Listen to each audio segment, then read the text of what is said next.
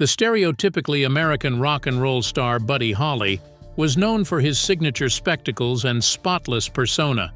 Tragically, his life was cut short in an airplane crash on February 3, 1959, a date so monumental that it is often called the Death Day of Music. Now, after his death, new shocking details have resurfaced, and you won't believe what Buddy Holly's brother just revealed about him. Could this finally be the true story about his death? Well, don't skip because we are about to find out. This new revelation will send chills down your spine. Early life and humble career beginnings. Charles Hardin Holly, popularly known as Buddy Holly, was born for the first time on September 7, 1936 in Lubbock, Texas. Buddy was born into a musical family, so he was exposed to music at a young age and quickly learned the importance of a catchy tune. There was no way that his parents, Lawrence and Ella Holly, could have known that their fourth child would one day revolutionize the music industry in the United States. While Buddy's mother was a stay-at-home mom, Buddy's father was employed in the tailoring industry. When Buddy was younger, his two older brothers taught him the fundamentals of playing the guitar during jam sessions, which were a favorite activity for the family. By the time Buddy moved on to high school, he had already developed a deep love for music. Rock and roll was just starting to make its presence known, and little Buddy couldn't get enough of it until it was fully established. His particular affection was directed toward Elvis Presley. Early on in his youth, he came to the realization that music was more than simply a pastime for him. Born in a family that they all loved music, there was no way Buddy wouldn't have ended up as an artist. All members of the Holly family, with the exception of L.O., were able to sing or play an instrument, showing that the Hollys had a huge passion for music. The older Holly brothers participated in local talent shows, and Buddy Holly joined them on the violin on one of those occasions. Due to the fact that he was unable to play it, his brother Larry would oil the bow in order to prevent it from making any noise. The competition was won by the brothers. Larry and Travis were both drafted into the military during World War II during that time period. Larry brought a guitar that he had purchased from a fellow shipmate while he was serving in the Pacific. He brought it with him when he returned. Buddy began taking piano lessons when he was 11 years old, at the suggestion of his mother, but he stopped taking them after 9 months. Following his observation of a fellow student playing and singing on the school bus, he decided to switch to playing the guitar. Additionally, Travis was the one who taught him how to play the acoustic guitar that his parents had purchased for him from a pawn shop in the neighborhood. The music of Hank Williams, Jimmy Rogers, Moon Mullican, Bill Monroe, Hank Snow, Bob Wills, and the Carter family were some of the artists that had an impact on Holly when he was a young child. Holly became acquainted with Bob Montgomery while she was attending Roscoe Wilson Elementary School.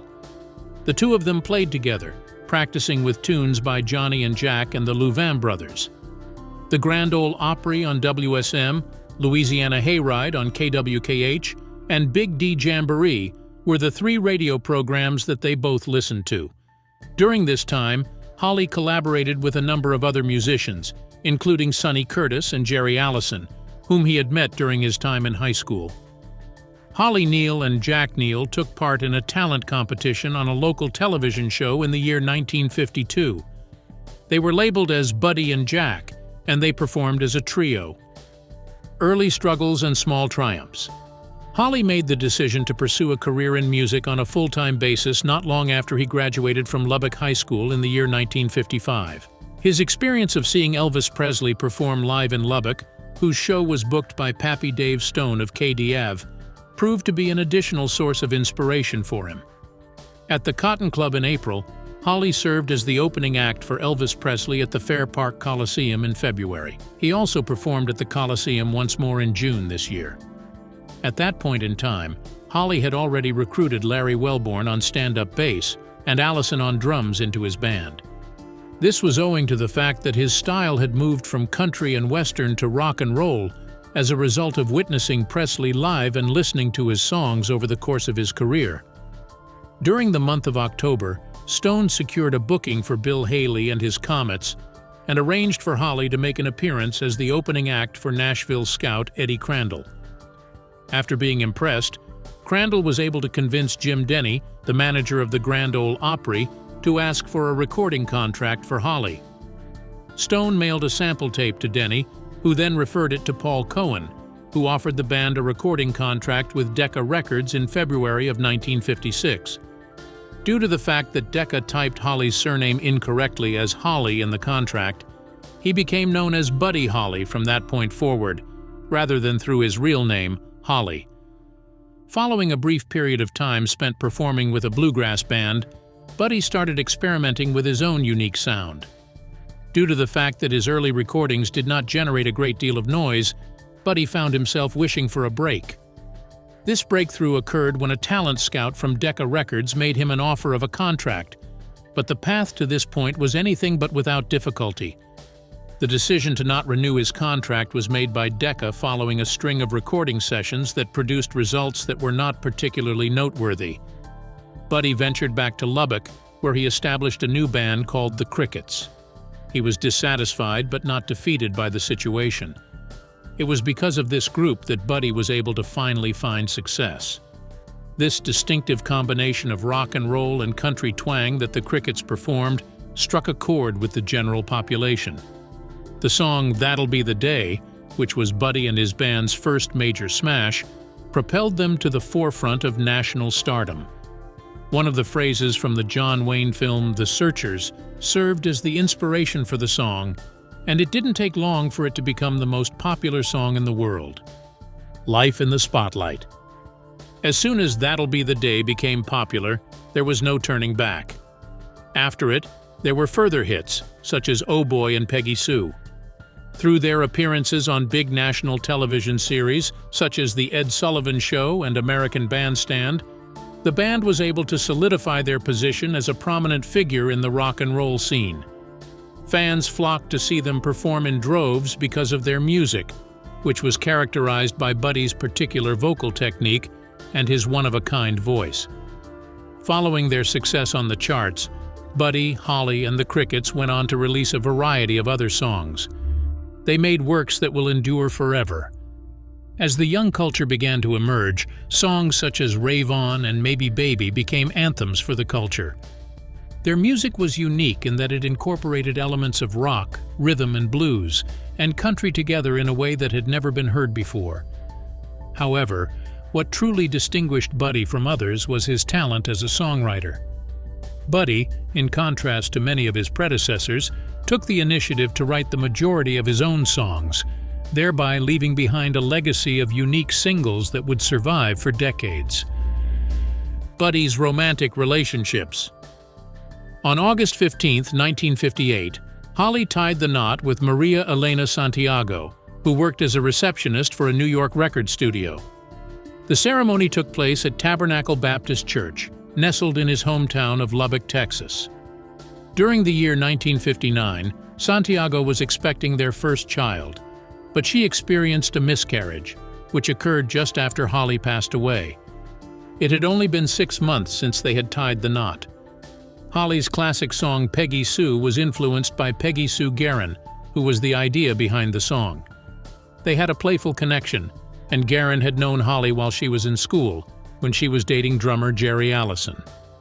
Holly and Gerron had a relationship that was flirtatious. They tied the knot on July 22, 1958, Gerron and Allison. Two married couples went on their honeymoon together to Acapulco, which is located in Mexico. Holly's own marriage to Santiago was criticized for being distant and hostile, and it was speculated that the couple was on the verge of getting a divorce.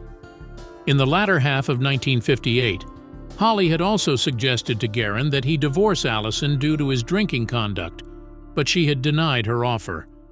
However, Gerron would eventually divorce Allison in 1965, despite the fact that the act of divorce was completely against her Catholic beliefs.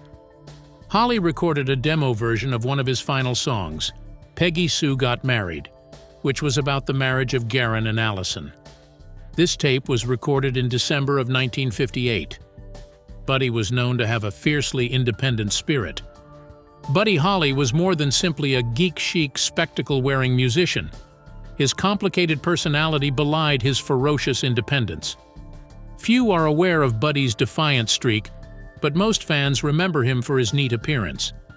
Buddy seized control of his music at a period when musicians generally had little say over it.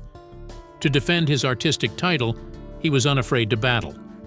Even after severing relations with Decca Records due to artistic disputes, he remained a terrific musician. He then pioneered the practice of performers taking charge of their careers by writing, producing, and performing their own songs. Moreover, he favored unconventional musical instruments. Despite his fame as a guitarist, he had a profound fondness for non-traditional sounds. He used a celeste, an obscure keyboard instrument that was virtually unknown in its day, to record every day. Neither was this an isolated incident. A glimpse into the past it was.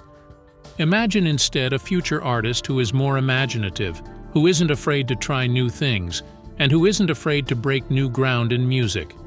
The true story behind his death.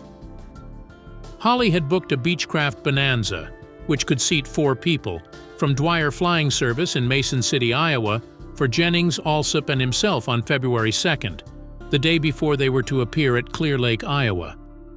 Holly proposed that they take a plane from Clear Lake's Surf Ballroom to Moorhead, Minnesota, via Fargo, North Dakota, so they could get some sleep, wash their clothing, and skip the long bus ride. Alsop agreed to toss a coin for the seat with Richie Valens the second after the Clear Lake show ended, which was shortly before midnight. Upon winning, Valens allegedly said, "That's the first time I've ever won anything in my life." This was after he turned heads. In Fort Worth, Texas, Alsop eventually established Heads Up Saloon, a restaurant and bar. The Big Bopper, J.P. Richardson, who was sick with the flu and found the tour bus to be too chilly and unpleasant for a guy of his stature, willingly took Waylon Jennings' seat. In spite of the bad weather, pilot Roger Peterson took off.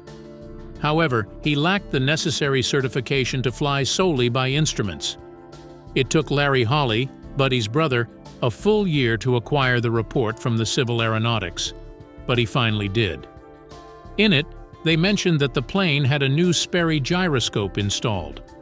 When compared to other gyros, the Sperry's operation is unique. On one, the backdrop changes while the plane remains still. On the other, the reverse is true. The plane moves while the backdrop remains static. They were descending, but the pilot could have been reading it backwards. They believed they were still climbing. Holly, Valens, Richardson, and Peterson perished in the plane crash that occurred 5 miles northwest of Clear Lake just after departure at about 1 a.m. on February 3, 1959. Severe head and chest injuries were sustained by the 3 musicians after they were thrown from the fuselage during impact. Holly held the age of 22. The report failed to address the fact that a farmer discovered Holly's firearm 2 months subsequent to the accident. Some fans speculated that the pilot had been shot, leading to the crash, after reading about the gun's finding in the newspaper. Curiously, while the others were located in or near the wreckage, Richardson's body was found about 40 feet away from the crash.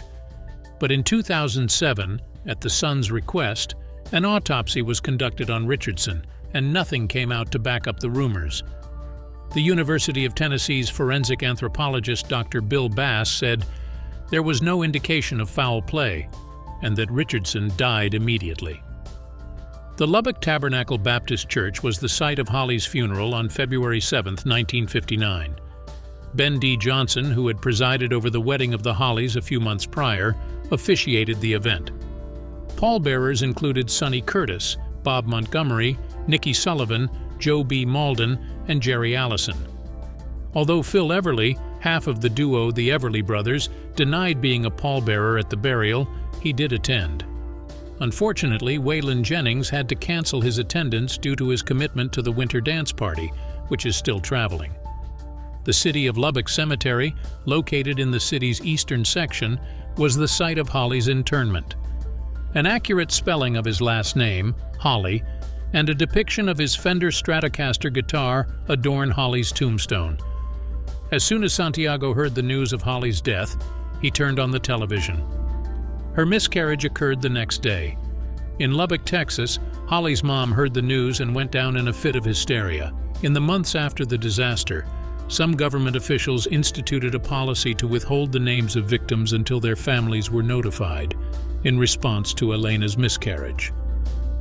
Neither the funeral nor the graveyard have ever been visited by Santiago. The saga of Buddy Holly's iconic glasses. Now let's delve into something really intriguing, and that is the story of Buddy Holly's mysterious glasses. His glasses vanished after he passed away, as if they had been lost to the annals of historic records. Surprisingly, they were discovered at a judicial storage box more than 20 years after they had been lost. On the other hand, discovering them was only the beginning of yet another difficulty. There was a legal battle that ensued between Maria, Buddy's widow, and Buddy's parents on who should legitimately be the owner of these iconic frames. In the end, the glasses were delivered to Maria, who promptly sent them to the Buddy Holly Center in Lubbock, Texas. There, they are currently being displayed as a memorial to the enduring legacy that he left behind. In Buddy's family life, there was a complicated tapestry of highs and lows that he experienced. His brood of brothers had a tumultuous relationship, which was spurred by professional competition and emotional issues that were never completely resolved. Buddy was a talented student when he was younger, but he was also a bit of a troublemaker. He frequently played pranks that annoyed his teachers, but filled his peers with joy. There are a lot of people who are unaware of this reality. There was no cause for alarm regarding Buddy's fascination with mysticism. It was well known that he possessed a collection of books that discussed supernatural occurrences. At one point, he had sought the advice of a fortune teller on his professional life. The fortune teller gave him a threatening warning on the future. The terrible forecast appears to have been chillingly prophetic in hindsight, but he brushed it off at the time. Buddy's legacy in music lives on. Buddy Holly had a huge impact on music that has persisted long after he passed away. As one of the original members of the Rock and Roll Hall of Fame, he served as an inspiration to many artists, including Bruce Springsteen and the Beatles. For him, Buddy's music was like a wellspring of ideas. The 1986 issue of The New Yorker included Buddy Holly as an honoree. Countless unfinished recordings, solo transcriptions of Buddy Holly's new compositions, informal jam sessions with bandmates, and demo tapes of songs meant for other artists were among Buddy Holly's possessions. In late 1958, he recorded his final 6 original songs at his apartment, which are the last known recordings of him. In June 1959, Coral Records attempted to recreate the Crickets sound by overdubbing 2 of their songs with backing vocals provided by the Ray Charles Singers and other studio musicians. His record label was able to issue new albums and singles by Holly throughout the following decade due to the high demand for his music and his busy recording career. Norman Petty oversaw the production of the majority of these reissues, which incorporate previously unavailable studio masters, alternate takes, audition tapes, and even low-fidelity vocals from amateur recordings that date back to 1954. As the 1969 album Giant was the last new one by Buddy Holly, it was selected for the song Love is Strange. What shocked you the most about Buddy Holly's story? Let us know in the comments section below. Be sure to smash that like button and turn on post notification to be the first to know when the next video is up.